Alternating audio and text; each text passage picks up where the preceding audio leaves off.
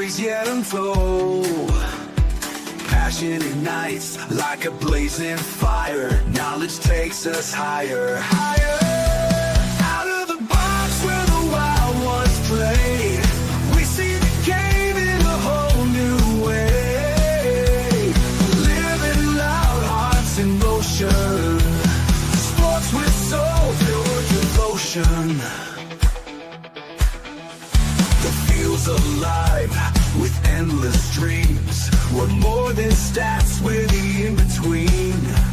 A slam dunk thought, a touchdown mind. Out of the box every time. No limits, no chains, no walls to climb. We're rewriting the rules in real time. Out of the box where the wild ones play, we see the game in a whole new way. Living loud, hearts in motion. Sports with soul, pure devotion.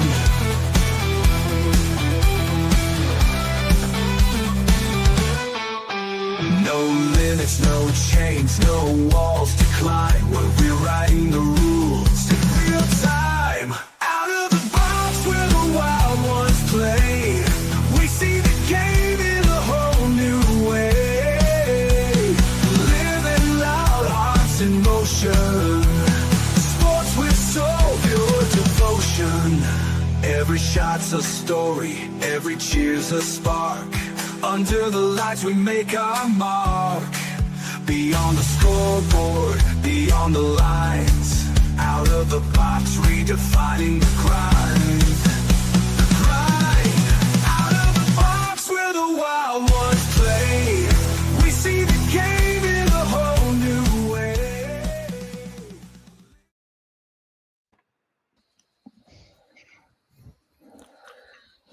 Oh shit! Hey, it's Wednesday night. It's Tuesday night. It's 9:30. It's Nfc East War Room.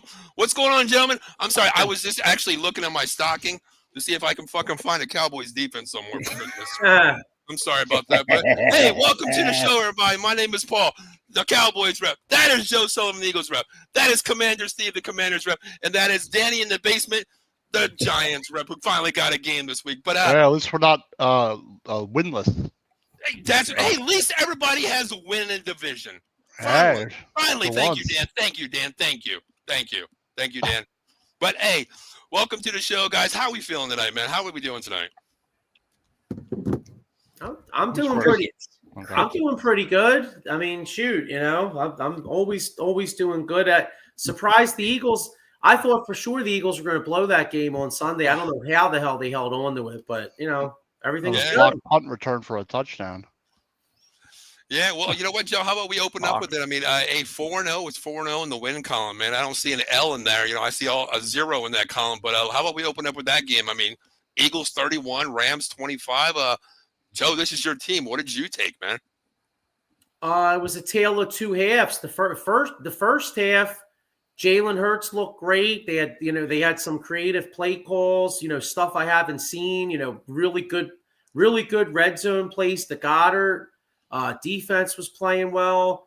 And then the second half, it was just holding on. I mean, thank God the defense played well because you realize they didn't even complete a pass in the second half. I mean, how is that even possible for an NFL crazy team? That's insane. I mean, Joe, with all the talent that you have around this offense and no catches in the second half, that's insane. We were talking about it last night on the Sully squad, because AJ Brown sending out cryptic tweets I mean, the bottom line is that you have two of the highest paid and best receivers in the National Football League. Yep, and they ain't doing shit. Yeah. Anything else? I mean, we want to talk to Joe about this. I mean, listen, they're 4-0, but there are some concerns. I was going to ask, does it concern Joe that how their offenses seems to big struggle a bit? You know what I'm saying? Yeah, like 4-0 is 4-0. So I mean, obviously, it could be worse. But the bottom line is, though, this is reminding me of a couple years ago when they were 10-1, and we all saw the warts. You know what I mean? We all saw the warts, and then they went into Now, 2 years ago, the defense sucked. So they do have Oh a good yeah. defense, but you could see the warts right now of they got to get the passing game going, and the O line's been a concern. I mean, our O line's been the best in football the last like 3 to 5 years. Landon Dickerson is gutting it through, but you could see he's clearly not healthy. Steen's not nearly as good as Becton was last year, and the center had back surgery, and he doesn't look the same. Joe, I tell you, it's different when Lane Johnson's out. You can definitely tell a difference as well too. Oh yeah. Yeah. It's night and day right there. I mean, He anchors that whole line. yeah. Joe, my thing to you is, are you concerned? Okay, you go into this AJ Brown 2 catches. This isn't the first game under 3 catches. I mean, game 1 catch, game 2 barely, game 3 a little bit, and then game 4 2 catches. Joe, are you concerned? I mean, what is it with this offense? They shut down Barkley. It's got to open up the downfield action behind the linebackers. It has to. What is it? Petula's play calling? What do you say? It's a mix. I mean, some of these route, like you watch, like when they show the replay of the routes, and it's like, it's almost like Devontae Smith and AJ Brown are like running friggin' button hooks. You know what I'm saying? Like, there's no creativity on some of these plays. I was on X earlier, and there was a guy showing a route combination where AJ Brown like literally was man-to-man coverage, and if they left the middle of the field open, Hurts maybe hits him on stride, but instead they have Goddard running a route which like in front of it, which blocks the fucking the pass. And it's like, and then the guy was basically saying, like, what the hell kind of route combination is this? You're basically using your own tight end to block the passing window. Agree. I don't know what it is. I mean, Barkley's not going to come out and run for 2,000. We get that. 1,500 is even an ask for right now in the NFL. That was just a great year that he had. But like I watched it, Joe, and I was like, okay, they're crowding the box. He didn't have the greatest game, but why? You said it correctly. Why are we running our best wide receivers with looks and Goddard being screen game? No, right. But I mean, Devontae and AJ running button hooks, and you're not even slant routes to get open, and you're having Goddard run the number 1 player route. I mean, he's looking like the number 1 play option out there with his routes. It's what can be done. What can you do? I mean, what can be done? You're 4-0. I get that, but what the hell can you do? I mean, you gotta, maybe the answer, like go into this, against Denver. And, I mean, it's going to be tough for AJ Brown too, because he might have Surtain on him. So that's going to be a tough matchup. But like for me, in basketball, they say like, get a layup and see the ball go through the hoop. You know what I'm saying? So like my thing is, why not throw early, first drive, even if you have to throw a quick little out to AJ and let him try to break a tackle, at least just let him touch the ball, get involved. You know what I mean? Mm-hmm. I agree. Steve, you have anything for the 4-0 Eagles here? The 4-0 Eagles, Steve. It's interesting because, you guys all bring up some valid points, especially Joe being the Eagles kind of expert, right? That like there's, I don't want to say trouble on offense, but, different concerns, whether it's offensive line, play calling, how much they want to open up the playbook for Jalen Hurts and the offense. But, and I would be happy, just as Joe is, to take the 4-0. But, that does, the offensive questions raise a lot of things because other aspects of their game is what's made them 4-0, right? So, and the reason I say that is, special teams blocking the field goal 2 weeks ago, now last week, whatever you want to call it. For now it is, right? Won that game, but, and then it seems like their defense is kind of the ones shining, so to speak, to keep them in these games. So I like, as a casual, I won't say casual fan, but let's say as an NFL fan, NFC East fan, you got to wonder, and we were talking about this before the show here, when are they going to unleash the playbook? Let Jalen Hurts expand a little bit more, right? Got some grumpy, quote unquote, unhappy wide receivers, So, but hey, man, any way you get it, I would gladly love to be 4-0 instead of 2-2. So, Yeah, I'm gonna just pick what he said. That's what I mean. Like, How long has Hurts been in the NFL? You tell me you can't open the offense up. I don't understand why they're not doing that, or it seems like they're not doing that. Joe, what do you think about that? Is it concerned that they don't believe in Jalen's arms? Hell, we've seen him throw in a Super Bowl, right? I mean, he looks good. He can do his job. But what is the issue that they're not throwing downfield? I mean, you look at these numbers. It's mind blowing. Last week, 15 for 24, not bad. 130 yards, 2 TDs. But Barkley, 19 for 43. So this should be an air game here.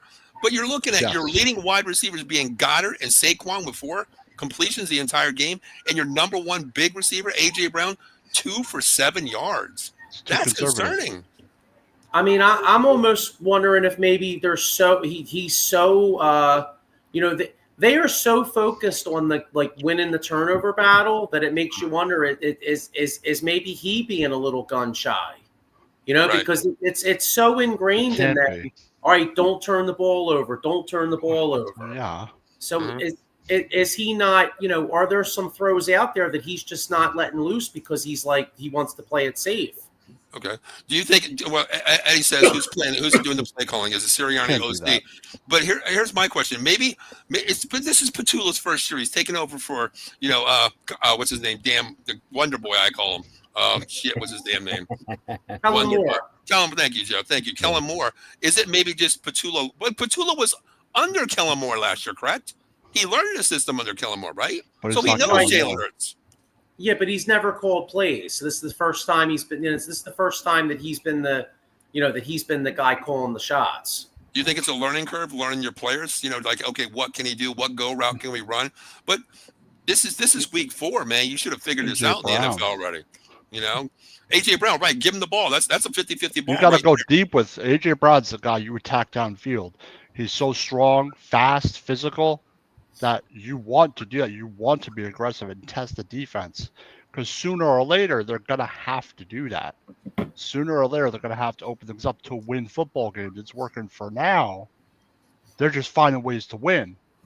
But I think their offense just needs to be a little better, like the special team stuff, the block field goal, that is good for now. But how's it going to be when they need to open up the offense? See, I still think it'll be all right. To me, I'm running Devontae Smith deep. I'm running him on a 9-round, get him deep, and then after that, you can have Goddard patrol the slant routes inside a clear. He's the button hook guy. Goddard should be the first option in this offense. No, not at all. But you're running fourth option. But you're running. I would run A.J. Brown mid-range behind the linebackers. That's where he can get the ball right there. Devontae will carry the safety on the top. Then you get A.J. in the middle. On like a slant route. Didn't he have a one drop slant route this week? Was it a drop ball this week that he had? Or was that another receiver I'm thinking about this week that a clear? Or that route where he runs all the way across, and Smith crosses the other way. That cross like 20 yards downfield. I always like those routes. Yep. Yes, Evan says, Dan, we got one. Yep. And he says Jalen needs to be calling the plays. He might do a better job. But how often do you have a quarterback, in there? Your first 10 plays are scripted, but other than that, that falls on your OC.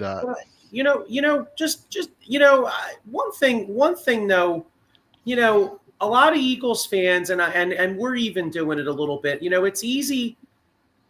I have some issues with the play calling, but to be honest though, I mean some of it's on the players. Like I said, the O-line, the O-line's banged up. You got the last 2 games. Lane Johnson's been in and out. A.J. Brown barely practiced all preseason. Some of the guys like Baldinger was on Sports Talk today, and one of our former receivers, Jason Avant, was on talking about it.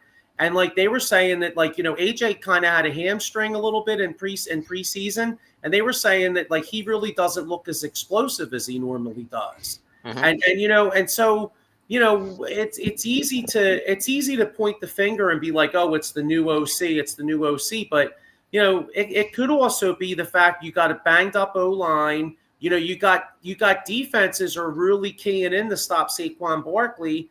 Yeah. And A.J. Brown isn't quite as explosive as he normally is. Joe, you're 100% right. I mean, I was watching Aaron Glenn's press conference during the loss that they had, and he said something just like on the same thing you said. He said, we call the plays. We put our players in position to win games, but it's all about the players executing. Execution Yep. wins games. I'm not on the field. You know, That's all it takes. I played my days on the field. I gave my everything I did. I fucked up. I messed up. I lost plays. I lost games. But on this now, it's all about the players executing. And Joe, you're right. The offensive line's banged up. They're keying on Saquon.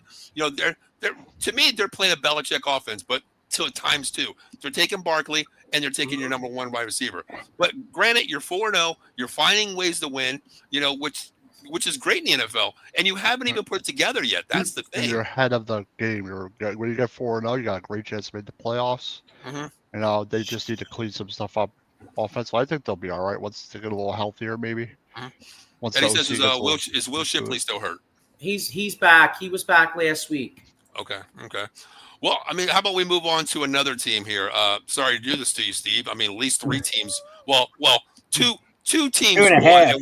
Yeah, 2.5. I'll take the half, man. I'll take the half. But let's talk about the team that you know, kind of let the NFC East down this week. That is the Jaden Daniels Commanders here, the Mariota-driven Commanders. Steve, what happened, man? I said the Falcons were going to win 34-27, Steve. What the hell happened here? So I think, you know, no pun intended, you know, as my day went, I had to move into the office tonight and didn't want to have the background that I have. So I put the brick wall, and no pun intended, that's kind of what happened in Atlanta, right? We went down to Atlanta and hit a brick wall. So there's a lot of key points to this. And some of it is interesting because you all as a group just kind of irradiated one of the bigger things that I'll touch on in a moment.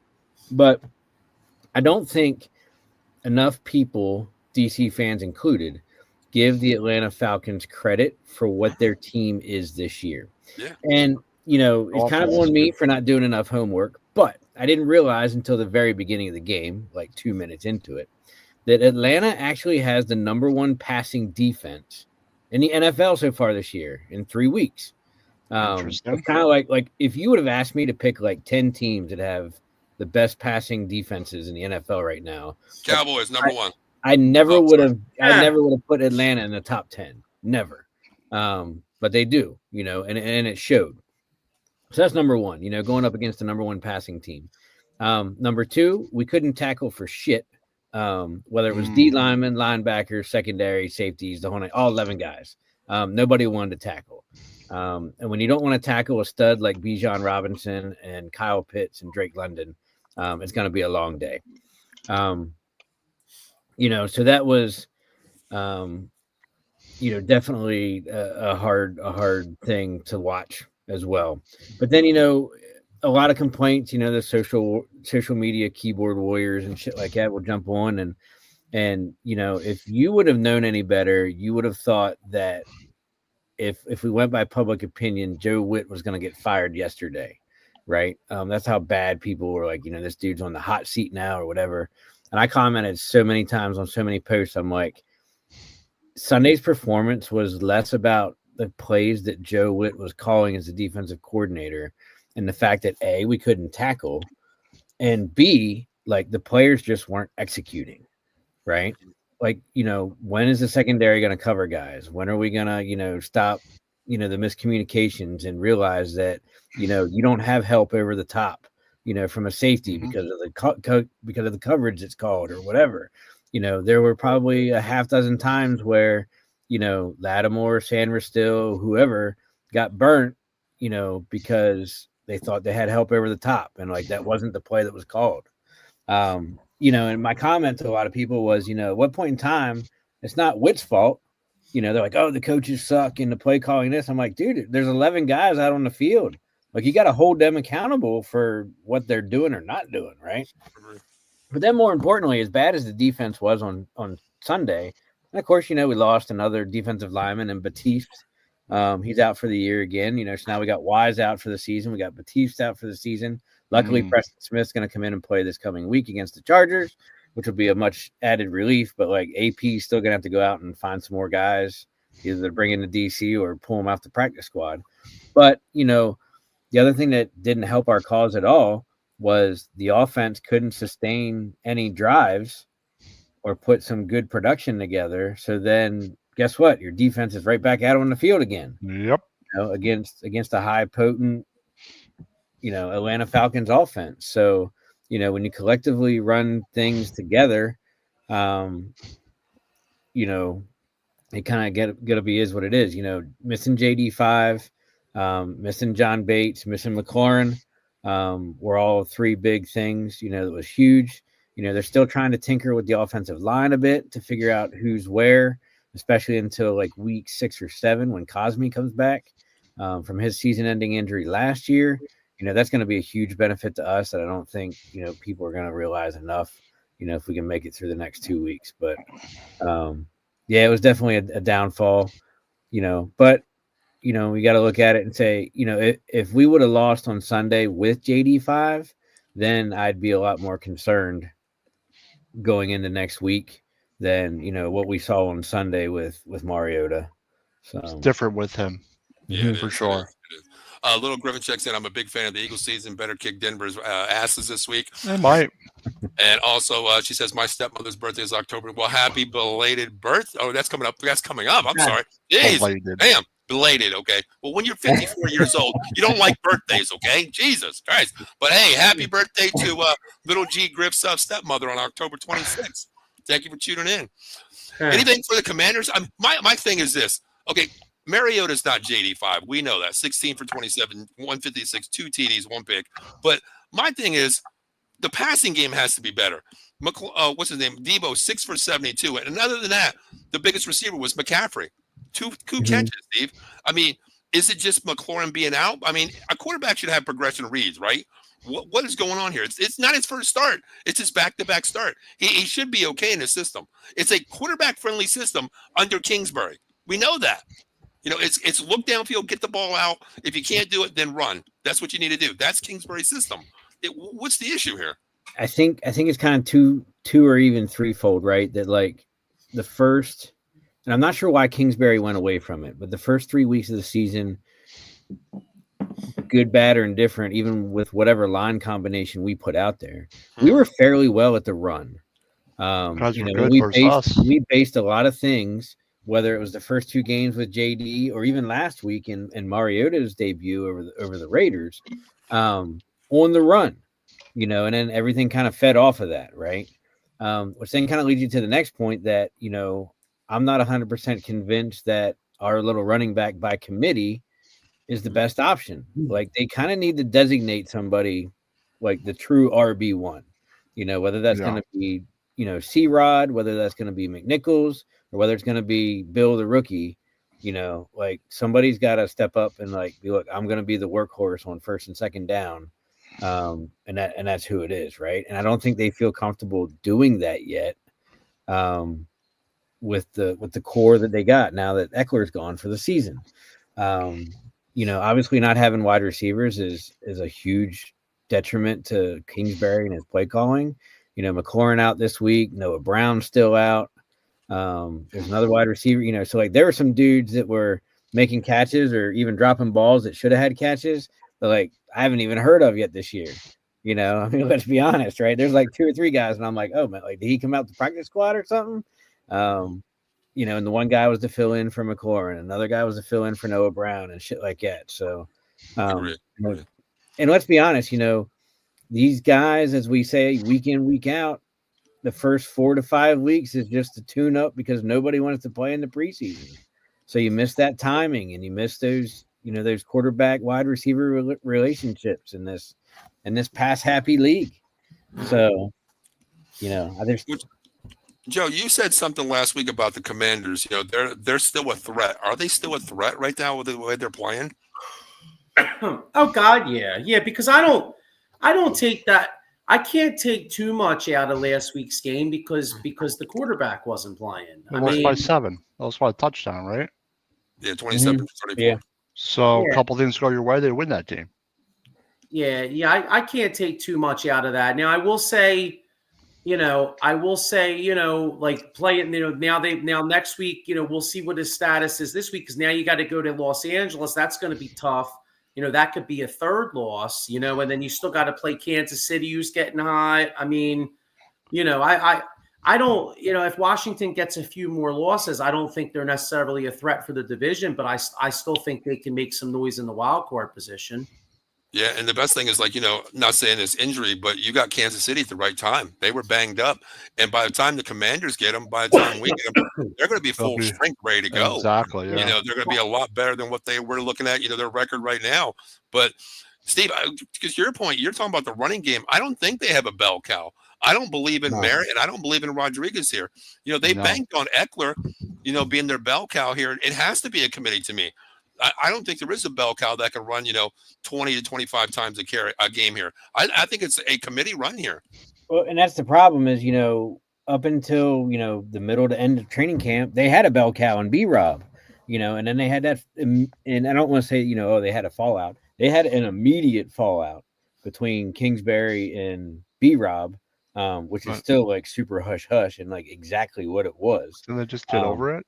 But, the problem is, you don't have this tight kept, blow up or end of relationship between the player and a coordinator. He doesn't play the next preseason game, and then, oh, by the way, a week later he's traded. So like something big happened between the preseason game and practice and shit like that. But B-Rob essentially would have been that workhorse, that bell cow.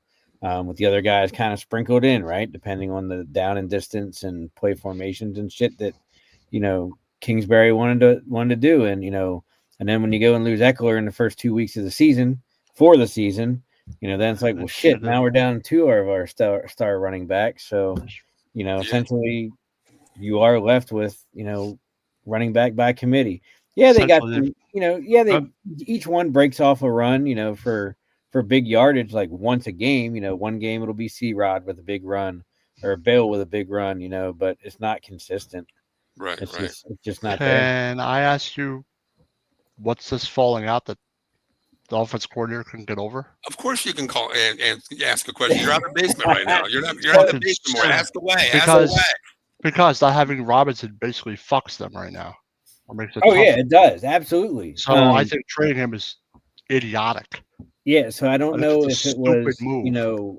I don't know if it was Robinson, somehow in his own, explicitive way, saying that like he wants the ball more, or he disagreed with the offense, he's right. play callings, or, or whatever.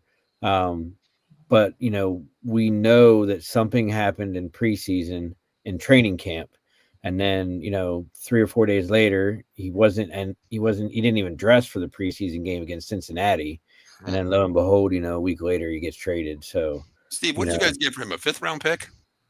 Yeah, 4th or 5th, something low. Wow. Yeah. That's just, I want the hell out. I don't care what we get back. Just get him out of here. One of those things, right? Yep. Wow. Okay. Hey, I have you mentioned the Chiefs real quick. I know it's not NFC East, but we were talking about this the other night. You're right. We did catch them at the right time because I got to be honest with you. I'm considering putting a couple bucks on the Chiefs to get back to the Super Bowl. I think they're going to go on a run. What do you guys think? Possible. They're like that. Chiefs could be like that, especially if they get healthier. Obviously, they have Worthy back. Kelsey seemed better, so the way they played, yeah. But the Ravens also have half their defense out, so I mean, I think you are right it's because got rhythm. if you look at, we're only a month into the season, but if you look at the AFC and the NFC, let's be honest, the AFC is appearing right now to be the easier conference to make it deep playoff run, right? You got the Bills, you got the Chiefs, you got the Ravens, Chargers. blah blah blah. It's like right, but then it's like, okay, well now the Ravens have basically decimated themselves. And some other teams. So it's basically like, let's be honest, Chargers, Bills, Chiefs, and that's about it. Maybe sprinkle another team in there. But then when you look at the NFC that we're all part of, there's 6, 7, 8 teams that, kind of stand out, and unfortunately we got to play 2 of those 4, 2 of the 4 in the next month. We played 2 of the 4 early and beat one of them. So yeah.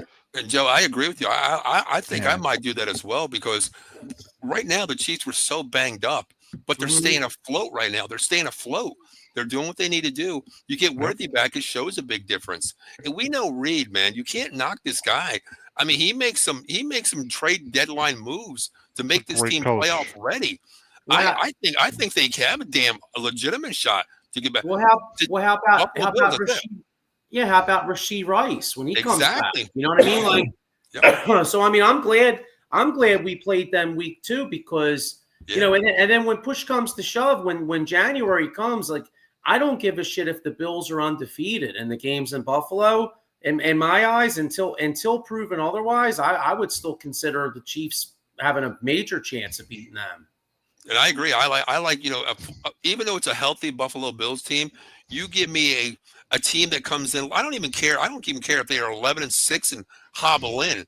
I think they're the most dangerous team because coaching wise, and you have Patrick Mahomes at the control. They come up with plays where, hell, you can make Miko Hardman, Juju Schuster look like all pros. They find ways to make them play. Yep. And the running game isn't the greatest. You know, Pacheco hasn't really showed anything. Nobody's showing anything out there. And Rashee Rice, when he comes back, you know damn well that is going to break the field wide open. We know that with Worthy as well.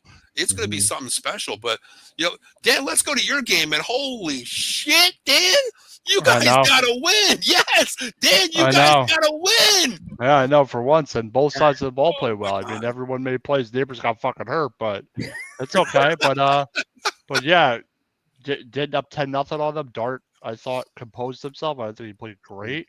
But it feels going to win. I thought Dart was the reason we won that game. The offense seemed a little more creative, I guess, because you could use his legs. I thought the defense played outstanding all game. I thought the pass rush was great. He took a lot of hits, though. But it feels good to get a win. And the pass rushers were good. Dexter Lawrence had a pick.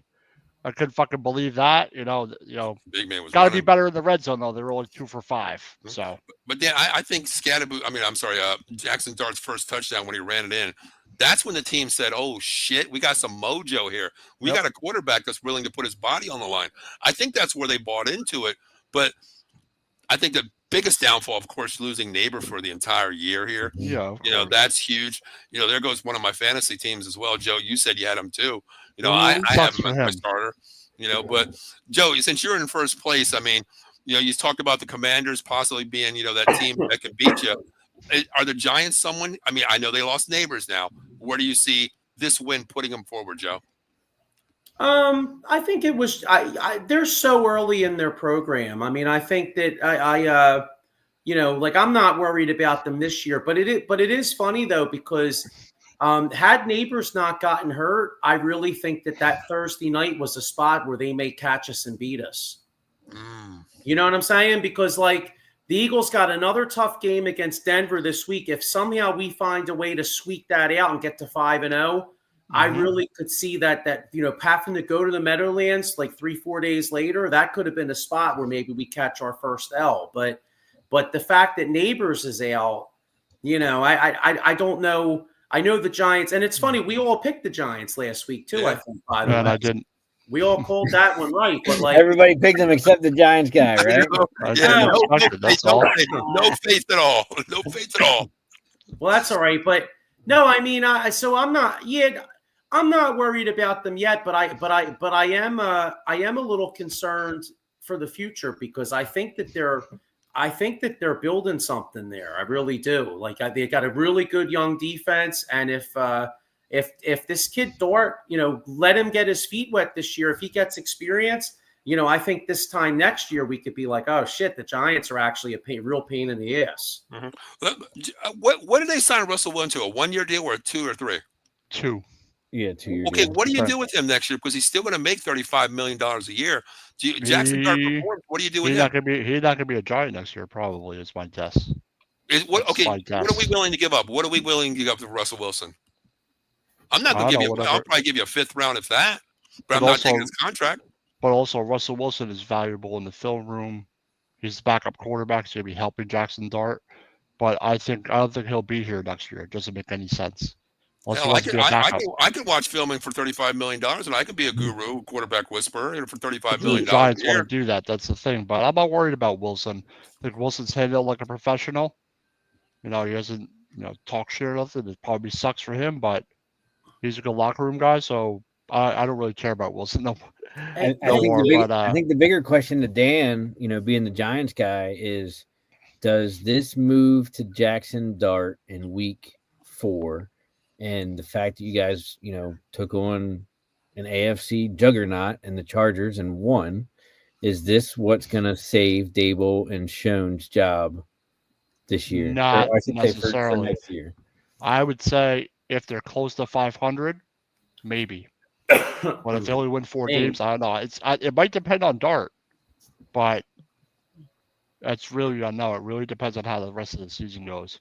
If Dart can play well, then have a downfall. You know what I'm saying? He could not play well, and then people can catch on to him. So I don't think Dart's necessarily going to save their job. But if somehow, some miracle, they were 8-9, somehow snuck in, that's the only way they're saving their job. That's it. I don't foresee, unless they win 8 or 9 games, Dable's not coming back. Gotcha. Joe, you had something to say. Go ahead. Well, I was just going to say, to answer your question about Russell Wilson, he only signed a 1-year, $10.5 million contract. So they could get out of that real easy. Yeah, that's easy. That's easy. I expect it. But like I said, for the Giants, I like their young defense. I agree. We're probably not going to on the level of the Eagles. I wish Dart would have played versus the fucking Chiefs. I think we could have fucking beaten that fucking team with him. Just being honest, because you just faced a better a really good fucking defense and a good team, and beat them and played needed 20-something points. That's all we needed last time. So, but I'm happy with the way Dart played. I'm happy with the defense. Thibodeau looks good.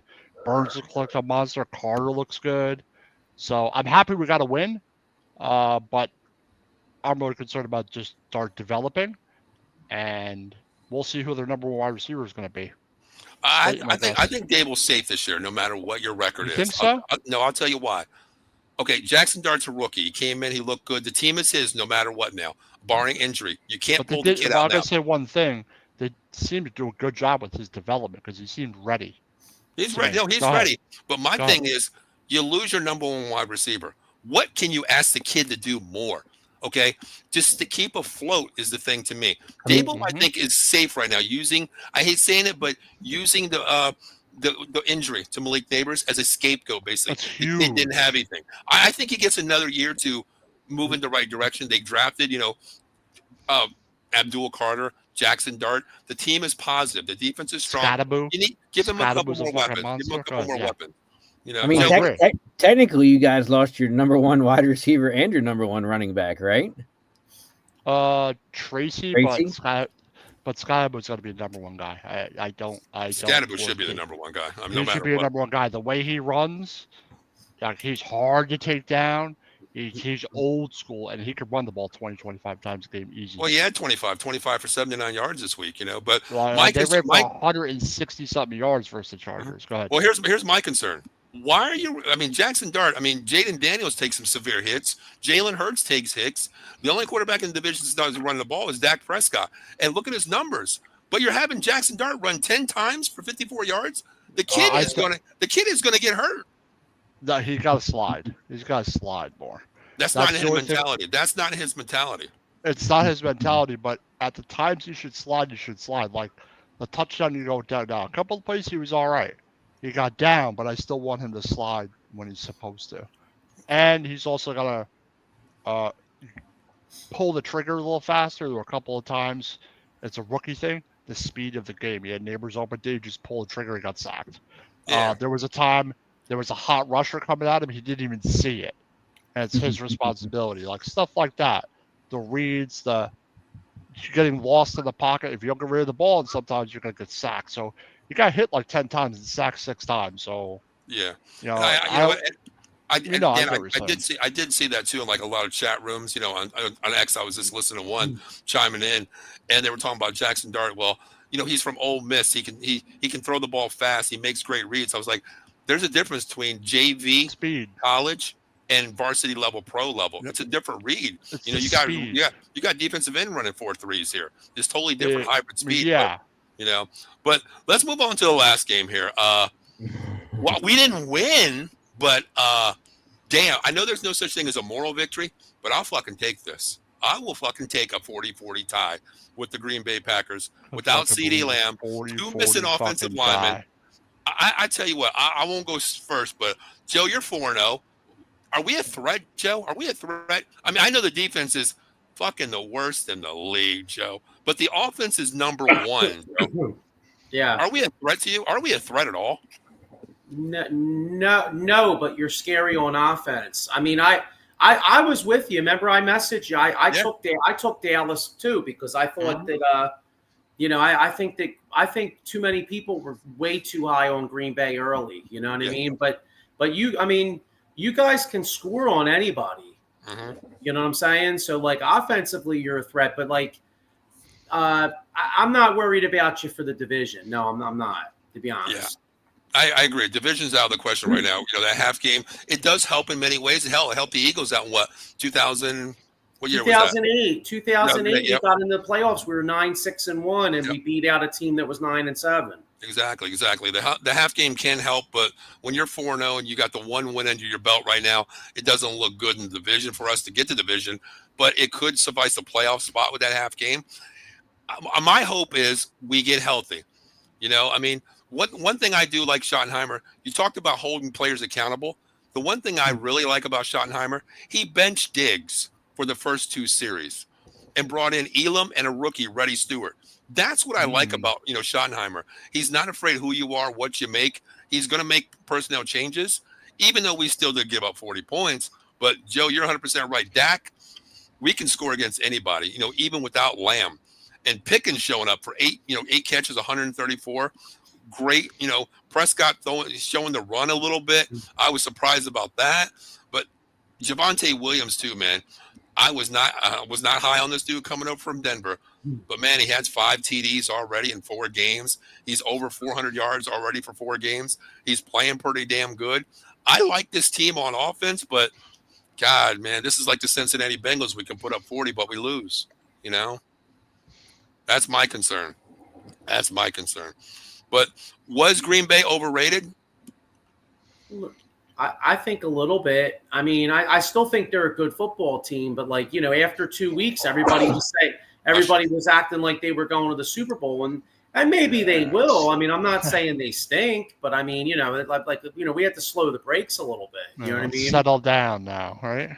Relax. There, Roger. Relax. RELAX. Relax. But with Dallas here, we'll talk about them for like 10 minutes here. With Dallas, do you think its injuries will come back and help us? Like, Kansas City is a different story. We know what they are when they get healthy. But, Dallas on the back end, we're getting Overshawn back this week. Hopefully in a week. That helps on linebacker. Bland's already back, coming in there. Even though he gave up 3 big catches, not big catches, 15 yards to 20 yards, 3 of them. But working his way back, Diggs learned his lesson. Hey, I got benched, man. I don't, coach benched me. Maybe it's a little bit different. The linebackers are a new signal caller with Kenneth Murray, Jack Sanborn, our littlest guy on the field, leading from Oklahoma. Kenneth Murray from Oklahoma. Yeah, and then the Chargers as well. Yep, that guy. But do you think that possibly once they get healthy on a defensive end, that they could start putting some games here, and maybe get in that playoff system? Why not? Yeah, why not? Their offense is good. If their defense could be average, they'll win games just by that alone. Okay. And getting people back makes them a little better. Your players will help you or skill to make it will help them, I think. Now, one thing I want to ask you guys, we all watch so much football here. Green Bay, I just want to ask what LaFleur was fucking thinking. Why did he throw the ball in the back of the end zone and just? I know home field advantage is the time clock guy. How the hell did we leave 1 second on the clock? How do you do? I don't understand how you do that. What did you think about that play call? Okay, why would you throw it in the back of the end zone? It's either I don't even know. Throw the ball out, even not in the back of the end zone, because the back of the end zone would have lost the game. And at least they hit someone that fell to the ground. Taking a knee, let the time run out. Well, I don't even think I would have took a shot at the end zone, honestly. But he did scramble a little bit and lost a lot of time in it. Joe, what would you have done if you're LaFleur? You're down here. What would you have done? Overtime. This is the last play of the game. The game ends. What would you have done? I didn't like the play call, to be honest. I mean, he was really lucky. He was really lucky that there was a friggin' second left because he was a second from losing the damn game. Exactly. And that's why I talk about home field advantage. Like, if I'm running that clock, bam, that's 0-0. Hit the clock. All right, you fuckers are out of here. Yeah, you hit exactly. the road, Jack. But 1 second left. They got a break with that one. But yeah, I mean, I probably would have gone. I mean, you know what though? I mean, he went for the win, right? I mean, I don't know if I could totally kill him. Agree. I mean, you play to win the game. Not you don't want to tie. You want to play to win the game. I get that point, but man, I just can't. Like, it pissed me off so bad. I screamed at my TV, like, how the hell is there 1 second left on the clock? But it was legitimate. The ball hit the ground. There was 1 second on the clock. I get that. But what do you guys think about this overtime bullshit, man? Hey, the biggest question is, it's 2025. How the hell do we still have ties in the NFL? Thank you. That's what I said. I started talking about. Come on, seriously. Let's go back. Let's use the college rule, kind of. Okay. Sure. You make them go for it too. You force them the second time. Okay, so you want to go college rules, right? That's what you want to do. It would take 10 minutes anyway. Probably take less. Okay. They're at the 35-yard line. How about we move it to midfield? Okay. Yeah. And drive from mid, because you're guaranteed a field goal from 45 in. We know that now in the NFL. That's boring. Dallas is starting about well, hell, we can start. Dallas starts their overtime on the other. Yeah, we can get on the 25-yard line and kick a damn. That's what someone says. Like, oh well, because of Aubrey. I'm like, who gives a shit? If you got a good kicker, you got a good kicker. It's an advantage. You use your advantage, man. So what? I don't know. You make him go for it on fourth down, their second possession. If it's 2 field goals. Okay. Well, here's the reason why I asked that. I was watching the Pat McAfee show, which I usually never watch. They had something on there where it said, let's make this interesting.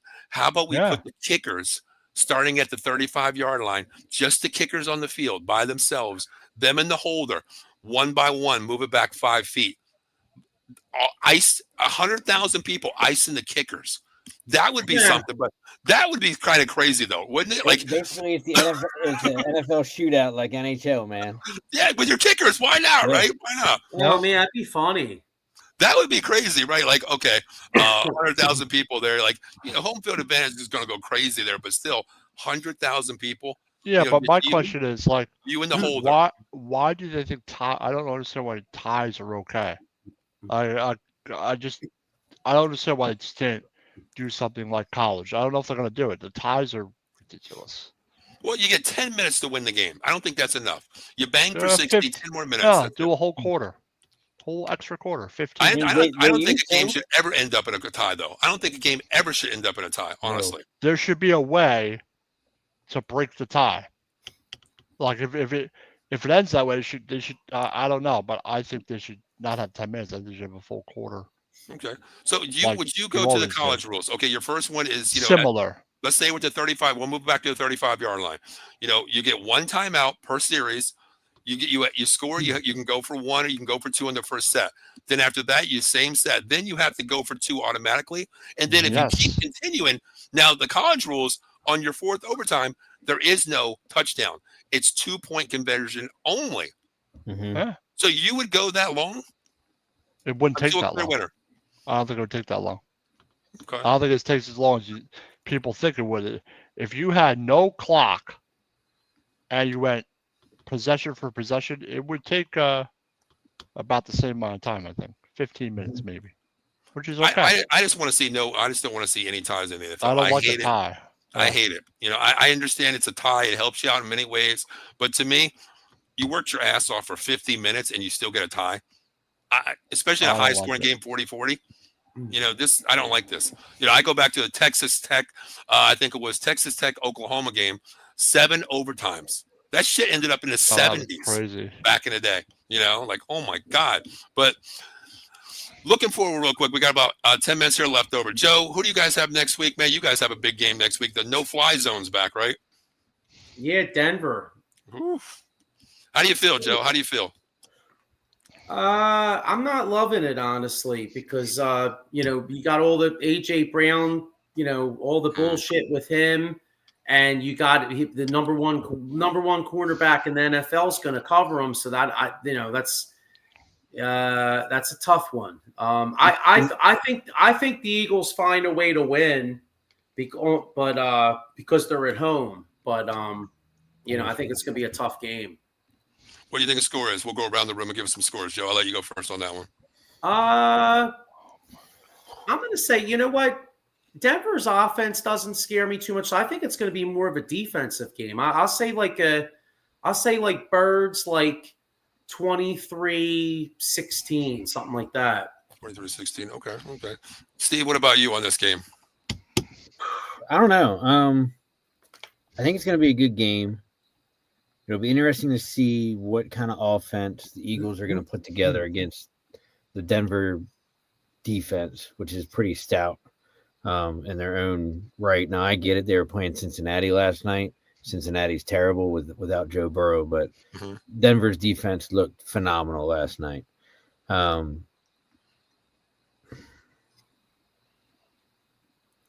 Yeah, I mean, as much as I hate to say it, I'd love to see Denver win, but I think the Eagles are going to pull it off, probably like a 24-20. Okay. I think Denver's still going to be able to put some points on the board, but yeah, the Eagles are just going to be able to put it on top. Right now, the Eagles are favored at 4.5 in the early sports betting world. So, okay. Dan, what do you got? I'm going to say I think Denver's offense is going to struggle. I bet their defense is really good. Say 26-13 Eagles. 26-13. Where's this game at? It's in Philly. Lincoln Financial. Okay. I agree with everybody. I think this is going to be a defensive game. And Steve, you're 100% right. They played freaking a backup quarterback last night. They held, Jamar Chase like nothing. But remember, the Bengals are predictable. They ran shotgun the whole time. That's playing into their hands, I think. Yeah. I mean, I think Denver's defense can play. I like Surtain if he plays on AJ. He's a movable guy. He can play right, left, slot, wherever you put him. I think he's the best corner right now in the NFL. I think he can shut down their best wide receiver.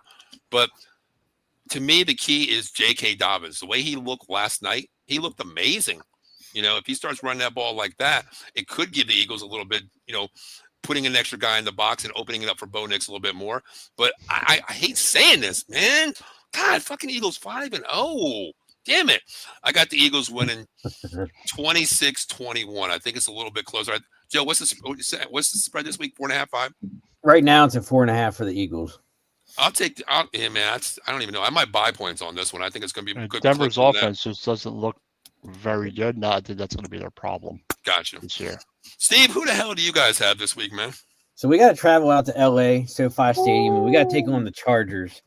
Oh man, that defense, man! I'll tell you what. As much as I would love to say, look, we're more than likely we're going to have Terry McLaurin back. We're obviously going to have JD5 back. He actually practiced today, and actually, here's some little insider knowledge. I had an autograph signing with old Bill Merritt, Krosky Merritt today. He said JD's going to be playing on Sunday. Steve, hold on one second. Steve, hold on one second. I just got to say one thing real quick. Last week, you told me that A.J. McLaurin was playing this weekend on Wednesday, and what the hell happened? Yeah. Okay. He sat out, right?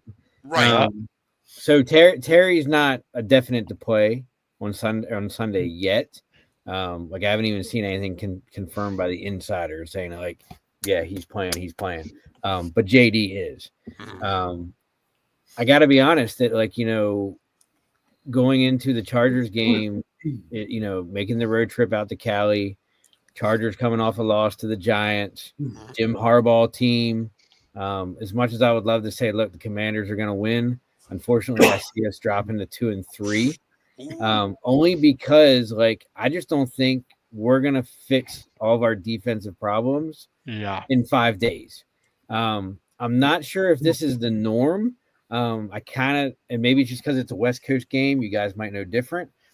We talked to Bill today during the signing, and we're like, hey, when do you guys fly out? Their travel day is actually scheduled for Thursday of this week. So, I guess that kind of alters their whole practice week, what is normally a why not go there? You're right. So I don't know if they're going there early and then getting a day or two of practicing out there. Typically the day before is your travel day, but like I said, with it being a West Coast game, maybe that's why they pushed it back, and maybe they want to get out there even earlier than having a Friday travel day. I don't know. I don't know the psyche of all that crap with DQ and staff, but I think the Chargers are going to win. As much as I hate to say that, if the Commanders pull it off and we go to 3-2, awesome. I'll jump up and down and do my little dance. But I think the Chargers, man, like I said, our defense, I just don't think it's going to get fixed before then. And man, let's call it. It could be in all honesty, it could be a shootout too. So, especially with JD back, what the hell? Let's go 31-24. I was gonna say San Diego, Chargers. Yeah, let's go 31-24 LA. Okay, Joe, what do you got for this game here? Chargers, Commanders. I actually like Washington here. Ooh, you're losing, Steve. Sorry. I like Washington here. I don't know, with the fact that Daniels is back, I feel like they're going to be. I feel like they're going to be a little bit desperate. I feel like it's going to be a high scoring game, like a 31-28. Well, if it's any consolation, the bettors don't know who's going to win because it's only a 2.5-point favorite for the Chargers. So. Well, yeah, that's definitely a 3-point home advantage. You're not even getting that, so it's a pick'em game.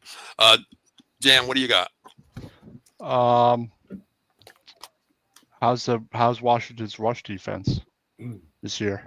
Up until last week against Robinson, they were really good. Because Amara Hampton's a freaking monster. Yeah, he's big. He's a big. I think he's gonna have like a big game in this game. I think he very well could. I think it will be close because with Daniels, I think they could score. And even though it's not confirmed McCoy to play, I think he probably plays this week.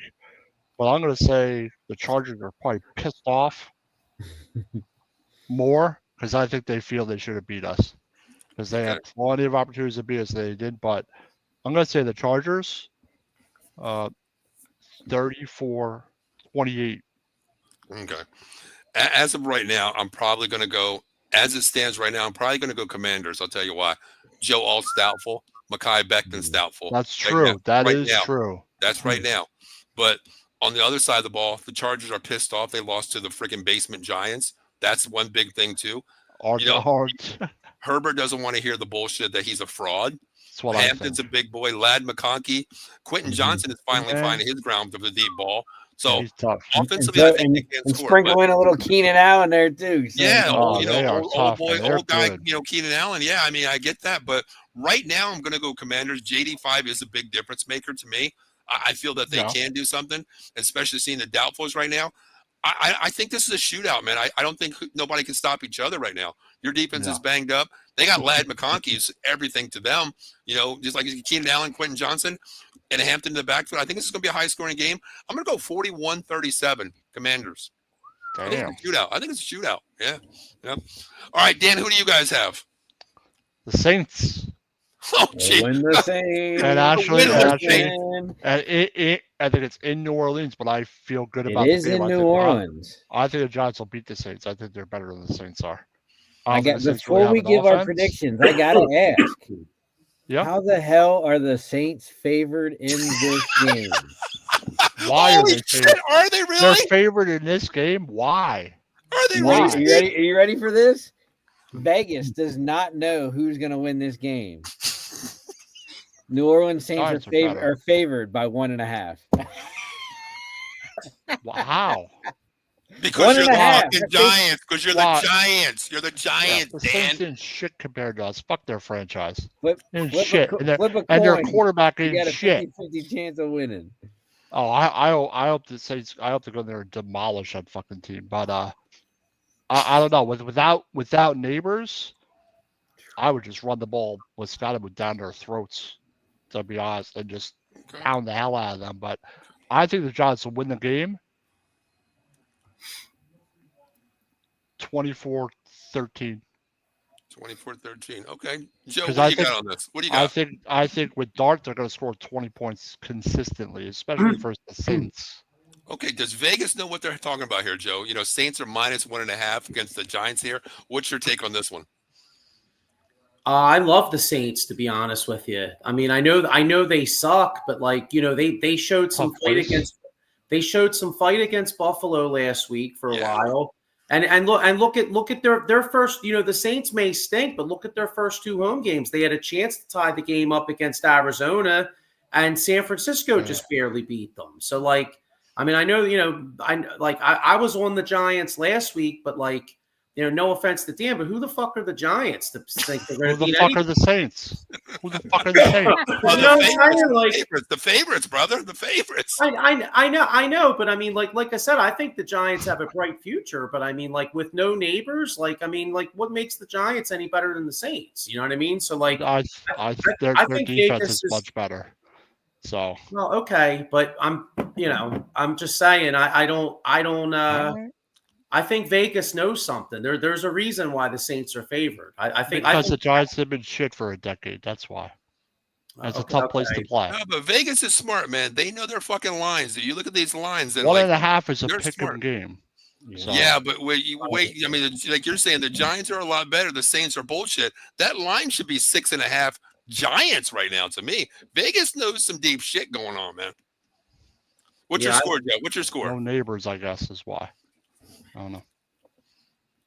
I'm gonna say I agree with Dan. I think Jackson Dart does give them a spark. So the Giants get 20. So I'll say the Saints win like 23-20. It's definitely. I mean, I think it's going to be a field goal game. Yeah, Steve, what's your score for this game?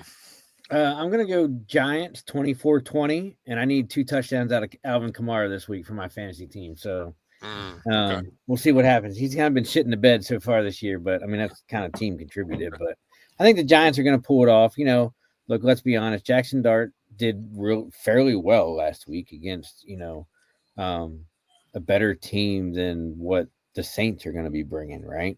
And you'd like to think that even with neighbors out, that they can kind of continue off of that. The Giants still have a good defense. So, and let's be honest, unfortunately, the Saints offense just is kind of spinning in their own wake right now, even though they got Kamara and, Olave and all this other shit. But, unfortunately, Rattler just ain't cutting the mustard at quarterback. Okay. So I got to go Giants 24-20 on this one. I'm gonna go on Joe's side here. I'm gonna go Saints here, man. I think this is going to be a game where Kellen Moore, they've been in close games. They just found ways to lose late in games. I like Rattler here. At home, Kellen Moore's figured him out. There's going to be a lot of motion. I think they're going to start using Kamara here a lot more in actively game. I think this is close, but I'm going to take the Saints. I'm going to go 23-21. I think they win it in the last drive on the field goal. It's going to be a close game, but I'm going to go Saints here. I'm going to go Saints. All right, let's go to the last game real quick. Dallas coming off a tie, 40-40 tie here. I know. Against the Jets? But we got the Jets here, man. It's a rebound game. Get it right game.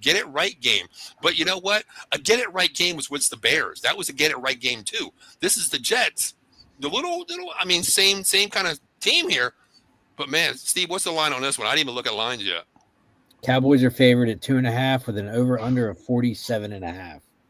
Damn, I take the over. Definitely, we're scoring 30 at least on that. I know that for sure. But this is a scary game to me, honestly. I mean, I think the Cowboys do win, but they're going to give up points. They're going to make Justin Fields look great. Breece Hall's going to have a couple hundred yards too. Garrett Wilson's finally going to show up this week. I think it's going to be a shootout again, but not as bad as 40. I'm going to go 34-27 Cowboys. Joe, what do you got for this game? I hate to say it to you, Paul, but he does. I like the Jets. I like the Jets. I feel the fact you're only favored by 2.5. I don't know. I feel like it's kind of a Jets line in a way. You know what I mean? And the fact that you guys are coming off. I mean, you have that big emotion. Like that game last week was so emotional for you guys. You know what I mean? Like you had Micah Parsons coming there. National TV, now you're sitting there and you're like, oh, the Jets blow, and the Jets. I mean, shit. As bad as they were, they're gonna find a win. They're gonna find a way to win a couple fucking games, right? You know what I mean? So like, this is a spot for them that maybe they come up and bite you in the ass. I can see it happening, Joe. I can see it. So what's your score on this game? I'm gonna say like it's good. Well, you guys are gonna score, so. This will be like Justin. This will be the game Justin Fields looks like a world beater, and then he'll blow the rest of the year. Yep. So I'll say the Jets will like 30, 35, 31, something like that. Wow. This is Garrett Wilson going to look at him. He's going to look all pro elite wide receiver here. Steve, what's your score for this game? I think that for me, the biggest thing is, are the Jets really going to be that bad 2 weeks in a row, especially with all the turnovers that they had, last night against Miami? Does, Glenn use this past, yesterday as motivation for them to play better? I would feel way more comfortable about the Cowboys if it was home in Dallas than traveling to New Jersey. Man, I just Is this on grass? No, they have a turf up. They have the shittiest turf in the league. Yeah. It's like the vet. It's like the vet. The vet used to be. I don't know. Like I kind of, as much as I want the Cowboys, I think you could have a little upset in the Jets. Both of you tonight. Both of you guys tonight. I'm telling you right now. Gee, Dan, I swear, I don't have 3 fingers, but I'll fucking bring out a toe. Go ahead, Dan. Go ahead. What? Go ahead, Dan. Go ahead. Let's see. I'm gonna say Gangrene 28. Cowgirls 26. Ooh. Let me bring out one of these fucking dogs real quick. Give you 3 fucking fingers.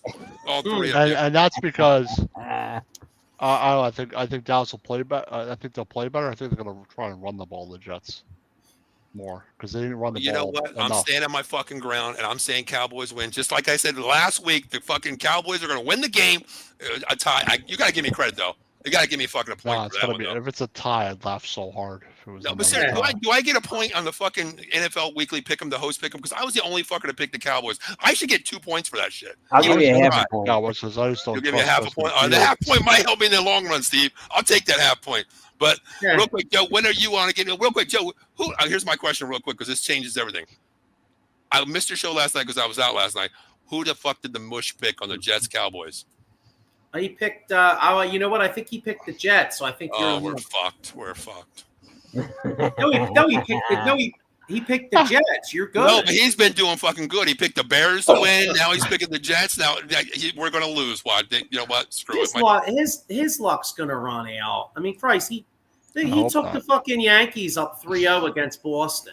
Who's winning that game right now, Joe? The Yankees? Did they win? No, dude. They had. I turned it off when they pulled Freed out. At the very beginning of the show, the Yankees got 3 straight hits. They had the bases. They were down by 2. They had bases loaded, nobody out, and fuckers didn't even score a run. They got a strikeout, fly out, strikeout. Jesus, God. Joe, when are you on again? Well, you know what? I don't know. Actually, I would say Monday night, but the Phillies might be on at 6, so we might. Yeah. I'll have to rap to you because we might have to go early, like 5 something, maybe do a little pregame show. Sounds good. Sounds good. Steve, I know you're not on, but my good man, where can people find you at? I know the new one's coming pretty soon. That's the reason why we're not doing the show. Plus the new Firehouse gig. So, Steve, where can they find you at? Because I know you're still on Twitter, correct? On and off. Even not really super active on there. I'm just more on Facebook than anything, which is probably the least used platform out there. But you can pretty much find me, scheduling permitting, every Tuesday night here. So sounds good. We'll bring that in. All right, Dan. Since you're out of the basement, I'll let you have the floor. When can they find you again? Thursday, NFL Weekly at 6 p.m. All right. That sounds good. I'll be on tomorrow night, Cowboys Weekly. Myself and Eddie, we're going to be hooping and hollering about this moral victory, I guess. But, half point's a half point. I'll take it. It's not an L. So, guys, we're about to get out of here. My name is Paul. That is Joe. That is Steve. And that is Dan. This is the Nfc East War Room. Guys, thanks for tuning in, and we'll see you next week. Same time, same place, 9 p.m. or 9:30. Just make sure what you see is what you get. So, we're out of here, guys.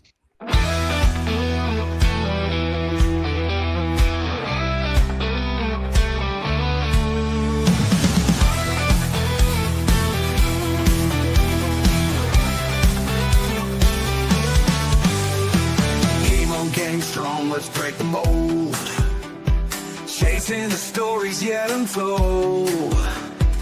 Passion ignites like a blazing fire. Knowledge takes us higher, higher.